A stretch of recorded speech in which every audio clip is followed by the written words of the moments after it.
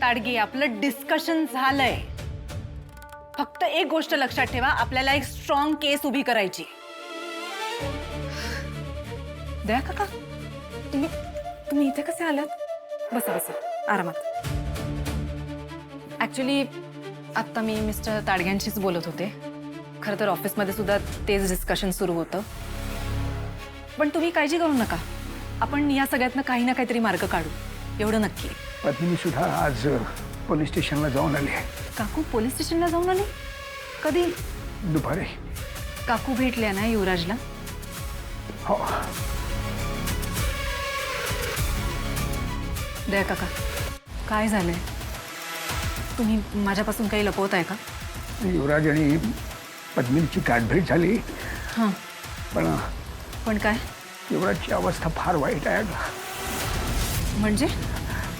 जेलमधल्या काही गुंडांनी युवराजला मारहाण केली. धड त्याला बोलता येत नाही, इतकी वाईट अवस्था झाली आहे त्याची.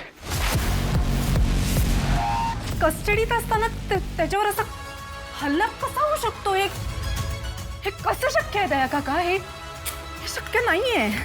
मी आत्ताच्या आत्ता तिला फोन करते. नाही कौशिकी, तू उगाच रागाच्या भरात काहीतरी. हे चूक आहे. शांत बसून कसं चालेल? तुम्ही सांगा मला. उगाच त्यांचा इगो वगैरे दुःख. त्यांच्या इगोपेक्षा माझ्या भावाची सिक्युरिटी महत्वाची आहे. मम्मा, माझ्या युवीला गुंडांनी मारलंय. नाही, मी त्याला त्या अवस्थेत ठेवून मी इथे नाही राहू शकत ग. मला जाऊ दे. अगं पद्मिनी काही जाऊन आल्या ना तिथे? काही झालं का? तू जाऊन काय होणार आहे? हाच तर प्रॉब्लेम आहे ना मम्मा. माझ्या युवीला तिथे मारलं जातंय पण कुणीच काही करत नाहीये. मम्मा, तुम्ही गेलेलात ना? हं? काय केलं तुम्ही? तुम्ही काही करू शकलेला नाही आता? तुम्हाला नक्की युवीला सोडवायचं आहे की नाहीये? आहे की नाही तुमची इच्छा? की फक्त त्याला भेटायचं, सिंपती दाखवायची आणि मी तुझ्या पाठीशी आहे एवढंच बोलायचंय? काहीतरी प्रयत्न करणार आहात की नाही तुम्ही? तोड सांभाळून बोल. कोणाशी बोलतेस तू? आई आहे मी त्याची, मलाही काळजी आहे ना. निशो, ताई माफ करा. लहान होती म्हणजे भावनेच्या भरात बोलून गेली. मी माफी मागते. काय भावनेच्या भरात? असं असेल ना तर तिला सांगा तिच्या भावनांवर ताबा ठेवायला. 9 महिने पोटात वाढवले मी माझ्या पोराला. मी जितकं प्रेम करते ना त्याच्यावर, आयुष्यभर जरी ठरवलंस ना तरी माझ्या इतकं प्रेम करू शकणार नाहीयेस माझ्या पोरावर. आणि ह्याच्या पुढे माझ्याशी नीट बोलायचा असं बोललीस ना तर, आणि युवराजला कसं सोडवायचं ते बघतेस मी.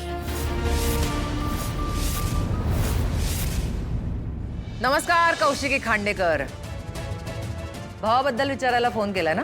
आणि तुमच्या बेजबाबदारपणाबद्दल सुद्धा. आमच्या बेजबाबदारपणाबद्दल? हो. अरे कमाल करताय तुम्ही. उलट मी तर तुमच्या फोनची वाट बघते कधीपासून. किती उशीर केलात. आणि उगाच सगळीकडे नेहमी उशिरा पोचतात, उशिरा ऍक्शन घेतात म्हणून पोलीस बदनाम आहेत. पण काही म्हणा, मीडियालाच आपल्या भावाबद्दल इतक्या उशिरा कळलं याचं अप्रूप वाटतंय मला. तुमच्याशी वाद घालण्याच्या मनस्थितीत मी नाहीये.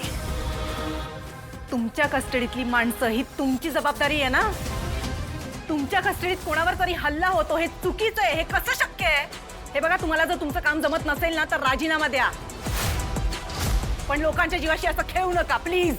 हा, आता कसं कान तृप्त झाले माझे. आता कसं मीडियाशी बोलल्यासारखं वाटलं ना. मॅडम, युवराज खांडेकरवर हल्ला झाल्यानंतर त्याला प्रथम उपचार देणं, हल्ला करणाऱ्या गुंडांवर कलम 307 लावणं, त्यांनी खुनाचा प्रयत्न केल्याबद्दल त्यांची शिक्षा वाढवण्याची याचिका करणं, हे सगळं सुद्धा आम्हीच केलंय. अहो एवढंच काय, मॅजिस्ट्रेट स्वतः येऊन बघून गेलेत. होम मिनिस्ट्री, ह्युमन राईट्स सगळ्यांना रिपोर्ट्स गेलेत. तुम्ही उलट माझे आभार मानले पाहिजे, तो उलटे माझ्यावरच आरोप करताय. अहो आरोप करायच्या आधी जरा नीट शहानिशा तरी करा. काय तो म्हणे, जबाबदारी घ्यायला जमत नसेल तर राजीनामा द्या. मॅडम, बातम्या बघायला चॅनल अजून खूप आहे. 2 दिवसात मी स्वतः तुमच्या विरुद्ध कोर्टात केस अपील करणार आहे. आज जे काही घडलंय ना त्याच्यावर इन्क्वायरी होणार आहे. मी स्वतः रिक्वेस्ट करणार आहे कोर्टात. आणि जर मला कळलं की तुमचा या सगळ्याशी काहीही संबंध आहे तर तुमचं सस्पेन्शन कन्फर्म आहे.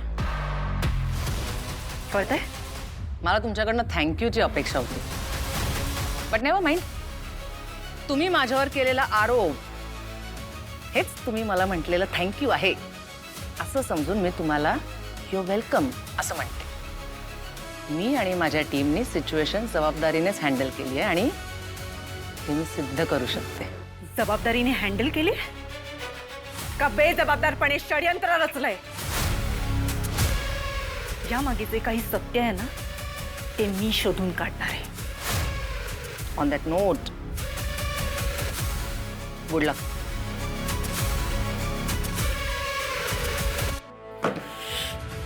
कौशिकी, हे बघ,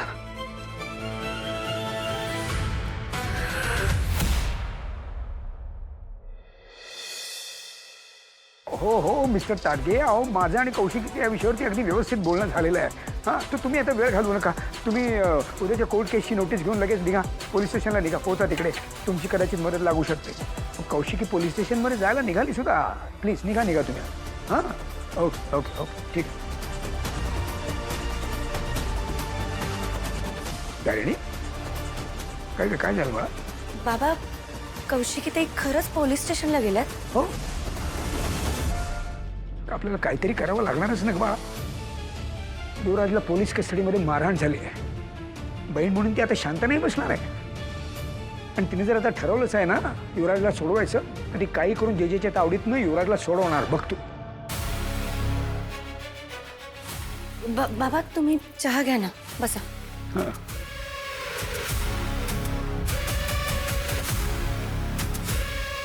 कौशिकी ते या सगळ्यांनी फारच चिडलेल्या दिसत आहेत. जे मॅडमने जर युवराजवर हल्ला स्वतःहून घडवून आणला असेल तर कदाचित हे सगळं त्यांना महागात पडू शकतं. श्वेता, आज तुला अलर्ट राहावं लागणार आहे. मी आज पोलीस स्टेशनमध्ये जाणार आहे. युवराजवर काल हल्ला झालाय त्याचे डिटेल्स मी तुला पाठवणार आहे. ओके? पोलीस कसे ऑपरेट करतात ह्याच्याबद्दलचा डिटेल रिपोर्ट आपण आज बनवणार आहोत. आणि काही ह्युमन राईट ॲक्टिव्हिस्टना मी बोलवून घेतलंय. आपल्याला लागली तर त्यांची मदत सुद्धा घेता येईल. ओके? येस मॅम, डोंट वरी. तुम्ही काळजी करू नका, आम्ही तिथे सगळं सांभाळून घेऊ. या.